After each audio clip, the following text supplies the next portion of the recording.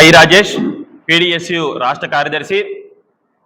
విద్యారంగానికి అధిక ప్రాధాన్యత ఇస్తామని, విద్యారంగ సమస్యలు పరిష్కరిస్తామని చెప్పి అధికారంలోకి వచ్చినటువంటి కూటమి ప్రభుత్వం 18 నెలల పరిపాలన పూర్తి చేసుకుంది. కానీ విద్యారంగ సమస్యలు పరిష్కరించడంలో పూర్తిగా విఫలమైంది.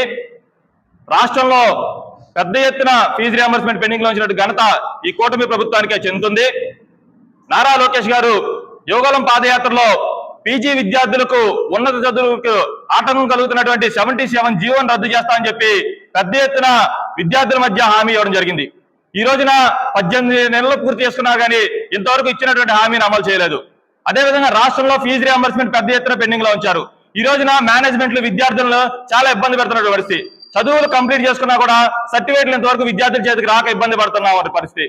ఈ రోజున అంతేకాకుండా రాష్ట్రంలో ఈ రోజున ప్రభుత్వ యూనివర్సిటీల్లో టీచింగ్ కానీ నాన్ టీచింగ్ కానీ సంబంధించినటువంటి పోస్టులు 4000 పైచీలకు ఉన్నట్టు పెండింగ్ లో ఉన్నా కానీ ఇంతవరకు కూడా భర్తీ చేయనట్టు పరిస్థితి. అంతేకాకుండా ఈ రోజున విద్యారంగ సమస్యల మీద 12 అంశాలతో నారా లోకేష్ గారికి విద్యార్థి సంఘాలు అందరం కూడా వినతిపత్రం ఇవ్వడం జరిగింది.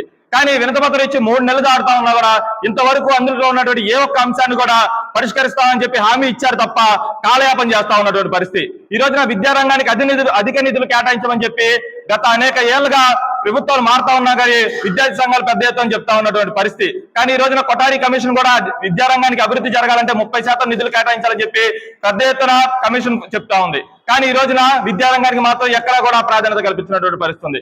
ఈ రోజున ఈ విధంగా ఉంటే విద్యారంగం ఏ విధంగా అభివృద్ధి చెందుతుందని చెప్పి మేము సూటిగా ప్రశ్నిస్తా ఉన్నాం. కాబట్టి ఈ రోజున ప్రధానంగా ఉన్నటువంటి రాష్ట్రంలో ఖాళీగా ఉన్నటువంటి పోస్టులు భర్తీ చేయాలని, అదేవిధంగా ఫీజు రియంబర్స్మెంట్ బకాయిలు విడుదల చేయాలని చెప్పి ఈ నెల 27వ తేదీన విజయవాడ ధర్నా చౌక్ లో పెద్ద ఎత్తున ధర్నా నిర్వహిస్తా ఉన్నాం.